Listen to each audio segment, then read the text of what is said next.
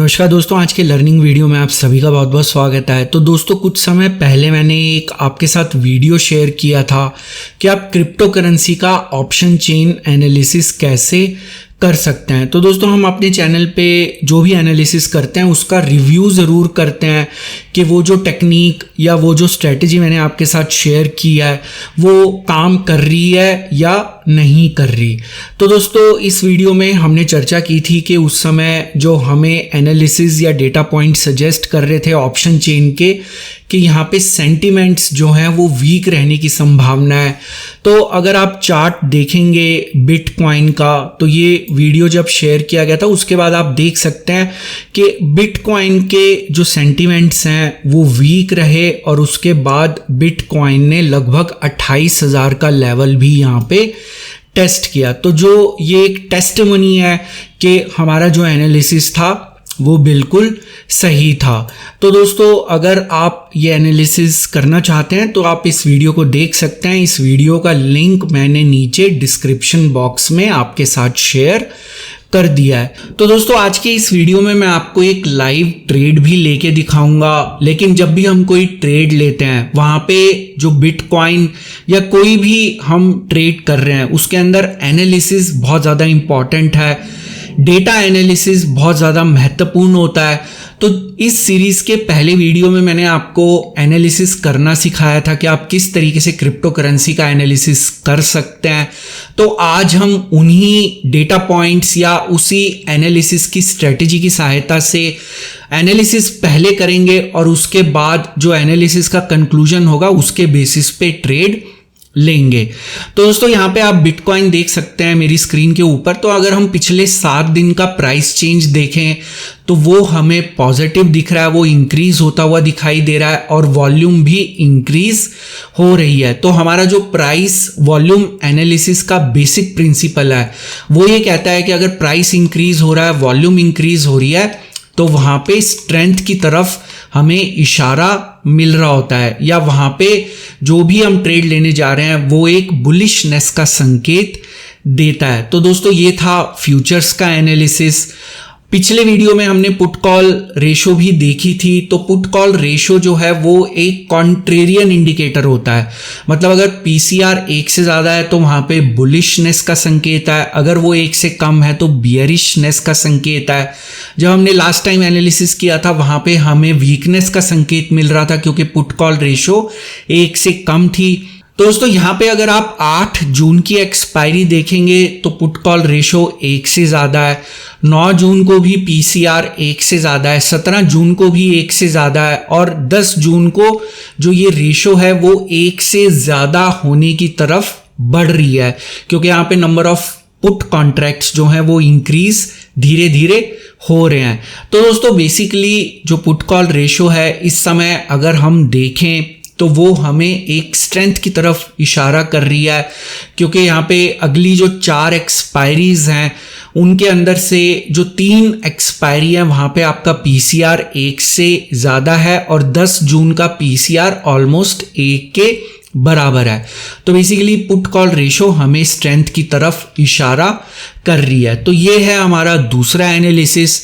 दोस्तों, तीसरे एनालिसिस के अंदर लास्ट वीडियो में हमने जो बाय कॉन्ट्रैक्ट्स थे उनके बारे में चर्चा की थी, लेकिन इस समय अगर आप स्प्रेड एनालिसिस करेंगे तो आप पाएंगे कि यहाँ पे जो राइटर्स हैं वो ज़्यादा एक्टिविटी करते हुए नज़र आ रहे हैं। तो उसके लिए इस बार हम जो है वो राइटर्स की पोजीशन देखेंगे। तो जो कॉल राइटर्स हैं उनकी लगभग 11,84,000 पोजीशंस हैं, कॉन्ट्रैक्ट्स ओपन हैं। पुट राइटर्स जो हैं वो 13,43,000 कॉन्ट्रैक्ट्स हैं। तो इसका मतलब पुट राइटर्स की पोजीशन ज़्यादा है कॉल राइटर्स के मुकाबले। अगर पुट राइटर्स यहाँ पे स्ट्रांग हैं कॉल राइटर्स के मुकाबले तो ये हमें संकेत देता है कि मार्केट के अंदर या बिटकॉइन के अंदर स्ट्रेंथ या बुलिशनेस रहने की संभावना है। तो दोस्तों, हम हमेशा 3 एनालिसिस करते हैं डेटा पॉइंट्स के बेसिस पे और वहाँ पे जो भी मेजॉरिटी व्यू होता है उसके बेसिस पे हम कोई भी ट्रेड लेते हैं। तो यहाँ पे हमारा पहला एनालिसिस था फ्यूचर्स का प्राइस वॉल्यूम जो कि स्ट्रेंथ की तरफ इशारा कर रहा था।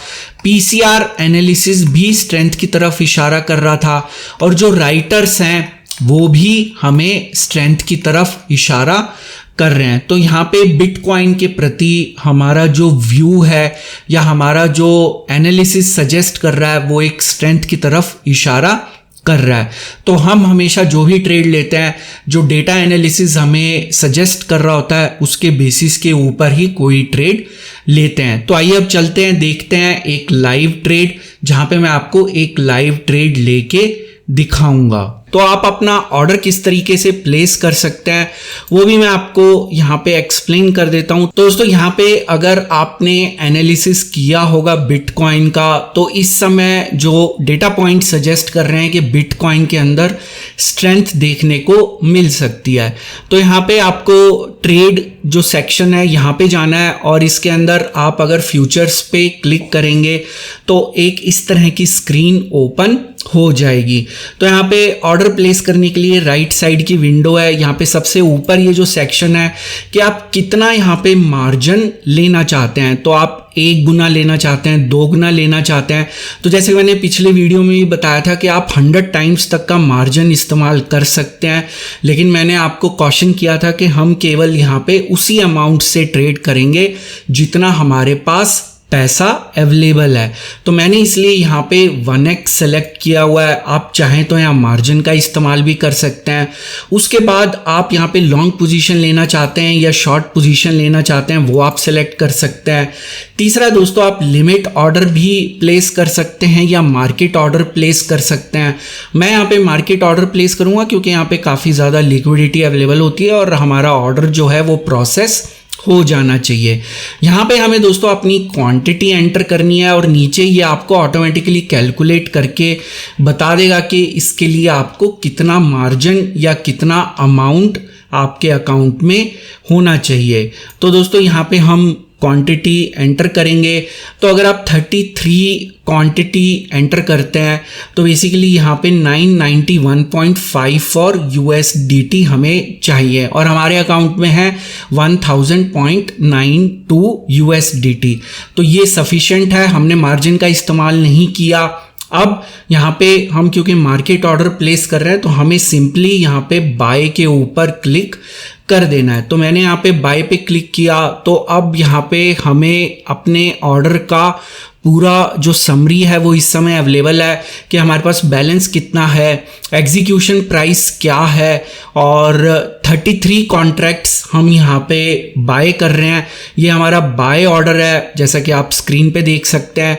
तो हमने यहाँ पे प्लेस ऑर्डर किया तो यहाँ पे आपको स्क्रीन पे कंफर्मेशन होगी कि आपका ऑर्डर सबमिट हो गया और आपका ऑर्डर यहाँ पे फिल हो गया। तो दोस्तों यहाँ पे हमारा ऑर्डर प्लेस हो चुका था और ऑर्डर फिल भी हो गया था। तो उसके बाद हम देख सकते हैं पोजीशंस के अंदर कि हमारे ऑर्डर की इस समय करंट सिचुएशन क्या है, मतलब वो प्रॉफिट में है, लॉस में है। तो आप अगर अपने प्रोफाइल आइकन पे क्लिक करेंगे, यहाँ पे एक पोजीशंस की ऑप्शन है, अगर आप उस पर क्लिक करेंगे तो एक इस तरह की स्क्रीन ओपन हो जाएगी जहाँ पे हम जिस प्राइस के ऊपर हमने ऑर्डर प्लेस किया वो आप देख सकते हैं 30,077.5 और इस समय जो बिटकॉइन का रेट है वो 30,446 है। तो इस समय हमें जो है प्रॉफिट हो रहा है लगभग 12 USDT का, जो कि हमारा पोर्टफोलियो लगभग 1.2% अप है।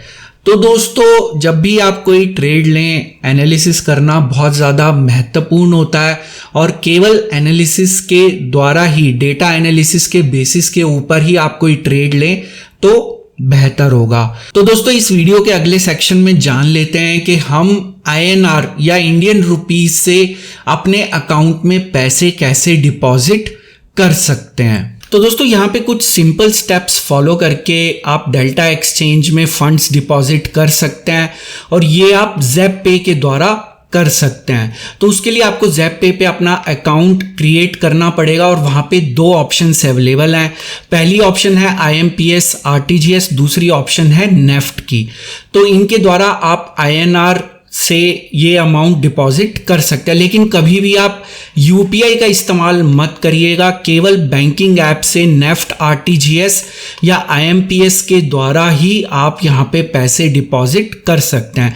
यूपीआई डिपॉजिट फेल हो जाएगा और वहाँ पे आपका पैसा 3 हफ्ते के अंदर रिफंड हो जाएगा। तो यहाँ पे अब हम स्टेप्स देख लेते हैं। सबसे पहले आप अपना अकाउंट क्रिएट करिए ज़ेप्पे पे, उसके बाद इंस्टेंट डिपॉजिट के ऊपर क्लिक करिए जहाँ पे आप आईएमपीएस, आरटीजीएस और नेफ्ट के द्वारा अमाउंट डिपॉजिट कर सकते हैं।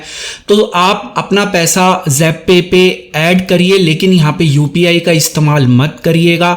तो यहाँ पे आपको बहुत सिंपल स्टेप्स के द्वारा अपने बैंक अकाउंट की डिटेल्स एंटर करनी है और तीसरे स्टेप में आप अपने बैंक की एप्लीकेशन को ओपन करिए और यहाँ पे फंड ट्रांसफ़र पे क्लिक करके जो भी अमाउंट आप ट्रांसफ़र करना चाहते हैं वो कर सकते हैं, लेकिन डिपॉजिट केवल आईएमपीएस, नेफ्ट या आरटीजीएस के द्वारा ही आप करिए। तो दोस्तों जब पेमेंट सक्सेसफुल हो जाएगी तो वो अमाउंट जो है ज़ेप्पे के अकाउंट में 4 घंटे के अंदर दिखना शुरू हो जाएगा। वो अमाउंट अब आपका ट्रेडिंग के लिए अवेलेबल है। तो यहाँ पे अब ज़ेप्पे के द्वारा आप डेल्टा एक्सचेंज पे फंड्स कैसे ट्रांसफ़र कर सकते हैं। तो आप डेल्टा एक्सचेंज पे डिपॉजिट्स पे क्लिक करिए और यहाँ पे आपका केवाईसी कंप्लीट होना चाहिए। तो यहाँ पे आप कॉइन सेलेक्ट कर सकते हैं। दोनों कॉइन सेम होनी चाहिए, जो ज़ेप्पे पे है वो भी सेम और डेल्टा एक्सचेंज पे भी सेम होना चाहिए। तो यहाँ पे जो ऑप्शंस अवेलेबल है USDT, XRP, BTC, SOL, ETH, USDC. अब आप नेटवर्क सेलेक्ट करिए जिसके द्वारा आप फंड्स भेजना चाहते हैं।